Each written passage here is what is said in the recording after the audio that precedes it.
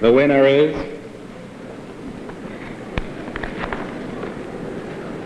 Julie Andrews and Mary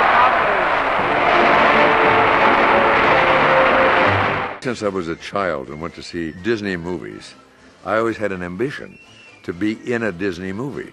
And so when I got the call from Walt to do this movie, I about fell down because this is what I've dreamed of doing. I know that I am blessed and unbelievably lucky to have been asked to do this film at a time in my life when the next break was just a big question mark, and suddenly there was Mary Poppins and Walt.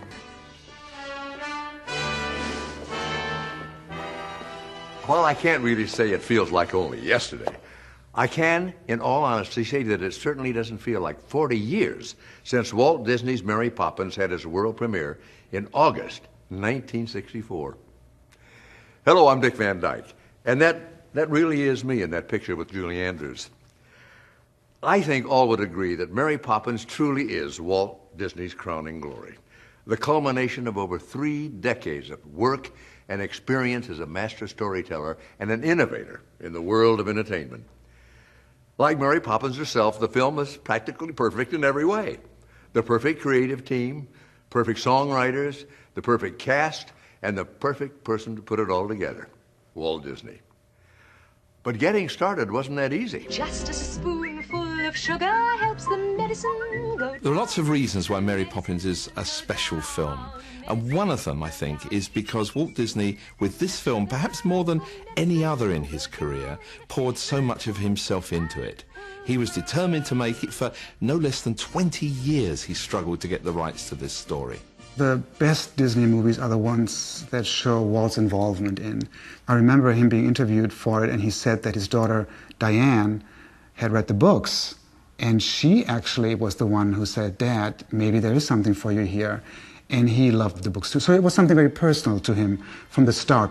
P.L. Travers' Mary Poppins was published in 1934 in London, but it wasn't until about 4 years afterwards, in 1938, that Walt Disney went after the rights. Mrs. Travers, however, wasn't too keen. Allegedly, she said she'd seen other books that had been turned into movies, and she didn't like the way they'd been treated by Hollywood. But Walt never, ever gave up on a good idea. And in 1944, he tried again. Walt sent his brother to try and convince Pamela, who was in New York, that she would release the rights to him. But she wouldn't. Now, over the next few years, there are several offers made and as many refusals. In 1959, Walt Disney was going to London to see after one of his film productions that was going on over there, and he decided to try and call and see Mrs. Travers and see whether his personal charm could win things over. P.L. Travers said that talking to Walt was like talking to a friendly, charming uncle who took from his pocket a gold pocket watch and dangled it enticingly before your eyes. That meeting clinched things. Walt Disney finally got the rights to Mary Poppins. Take a look! When we read the Mary Poppins books, we were so impressed with the characters and the stories. They were wonderful, but there was no storyline. It was a series of adventures. Mary Poppins flies in for no apparent reason and flies away again at the end, and they have these wonderful adventures. And certain things that stood out as being absolutely wonderful. And we wove them into a kind of a story. They're off. It's Mary Poppins leading by 2 lengths, China second by a length, Michael third, We were working with a brilliant artist writer, Don DeGrati. He could visualize exactly what you were talking about, and you'd see it come to life on paper with just a charcoal sketch. He was just remarkable. Bob and I would write a song, something to show the flavor of it. Don would sketch the thing, and then Walt would come in. He'd say, what you got? And like every couple of weeks he'd come in, and we'd spend an hour or so, and he'd be rolling up his sleeves and just totally concentrated on what we were doing. And one day, about 2.5 years later, Walt said, "You know, we have to have the author come over here and listen to what you guys have come up with." Walt suggested to Pamela that she go out to California and work with the Shermans on the script. After we had written the whole thing. You may come in one at a time. Thank you. Bob and I were totally unaware of the fact that Walt only had an option on the property. We, for 2.5 years, labored totally unaware of the fact that Mrs. Pamela Travers ultimately would say whether we could do this or not. And at that point, Walt said, I'm going to put Bill Walsh on this too. He was the head writer and co-producer of much of Walt Disney's product at that time, and a brilliant, brilliant writer. And so by the time Mrs. Travers came over, we were very confident that she was going to be bowled over, but she wasn't. She didn't like anything we wrote. And these conversations they had are all recorded. Now we come to my notes here, my typewritten notes, and this is what I want to make very clear. The book should be read very carefully for atmosphere. It is integral to the book and to the story that Mary Poppins should never be impolite to anybody. You brought your references, I presume. May I see them? Oh, I make it a point never to give references. A very old-fashioned idea to my mind. Is that so? P.L. Travers was a mass of contradictions. She was deeply frustrating as a person. She was a pretty crisp lady in many ways. Now, I want this tape measure to be used as I put it here. Just as I thought. Extremely stubborn and suspicious. Because it was a tape measure that my mother had when she was a little girl, and I think it would be very nice. No, don't make it like that. There were so many hesitations in her acceptance of the idea that the father and mother change and become warmer and more loving. She said, not a change of heart, because he's always been sweet, but worried with the cares of life.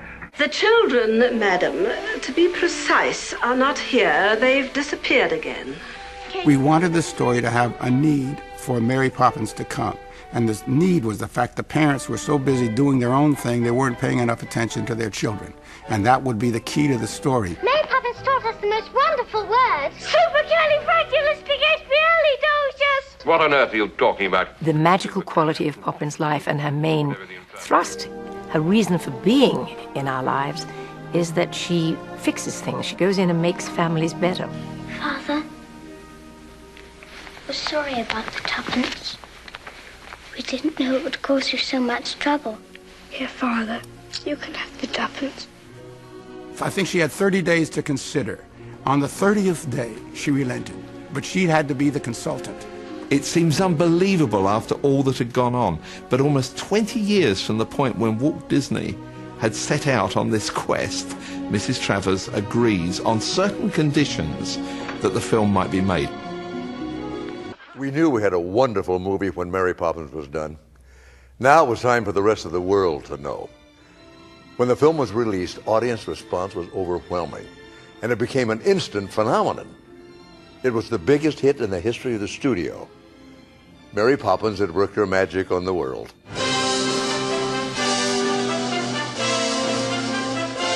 Mary Poppins premiered on August 1964 at Grauman's Chinese Cinema on Hollywood Boulevard. They tell me this could be one of your biggest pictures, Mr. Disney. Well, we haven't retired yet. I'm so nervous I'm about to die. It's such an exciting night. This is the night of all. The red carpet, they had the big tent out. Yeah. And we had a big garden party built out on the back, marquee yes. at the back. And the reaction was wonderful. What an ovation I got at the end.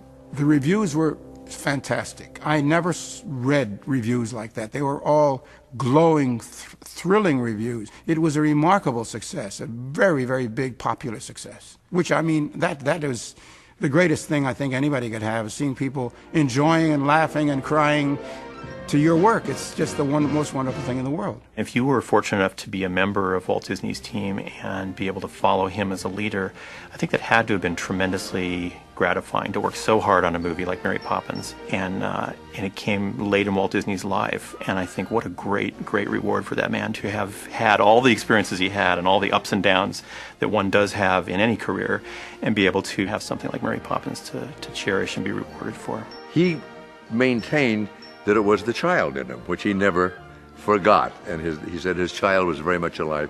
He knew what children would like. He never asked the question, what would parents like for the children to see? That was the main thing. What would kids like to see? There's magic on screen, off the screen. It was a magical thing to be part of.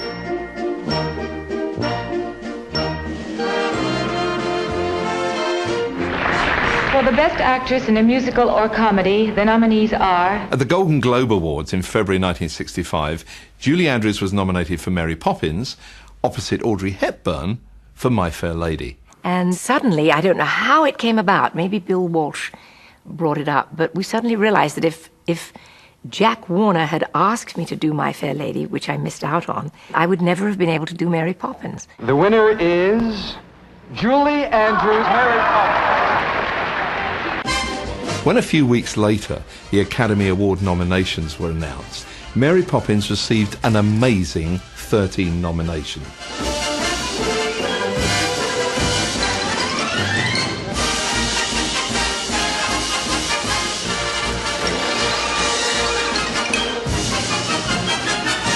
There probably aren't words to describe your emotion. Now, gentlemen, please.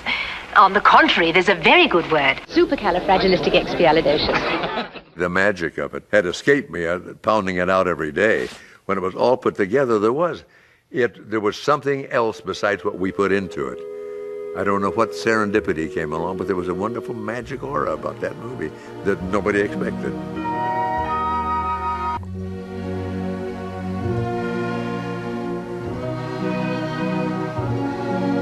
And it's just as I say, every time I see the film, I think it's better and better. And now each generation is going to enjoy it in a different way. Tom the Kite needs a proper tail, don't you think? It was such a contribution to family entertainment, and I know that it's going to be around for a long time. It stands as the perfect Walt Disney movie as far as I'm concerned. I had the pleasure, the honor really, of being asked to help dedicate the Walt Disney statue at Disneyland. It was his 100th birthday, and so they have to do that, and they said, would you play a couple of songs? And I said, okay. And I played a couple of things, and then I said, I'm now going to play Walt Disney's favorite song, and it's just for him. And I sang and played Feed the Birds, Tuppence a Bag. I finished my song, and I blew a kiss to the Walt statue like that. I said, happy birthday, Walt, and I got down. And they told me afterwards, just toward the end, out of the clear blue sky, one bird flew down right over where I was playing and off again into the clouds. Well, that moves me very much. That was Walt saying thanks.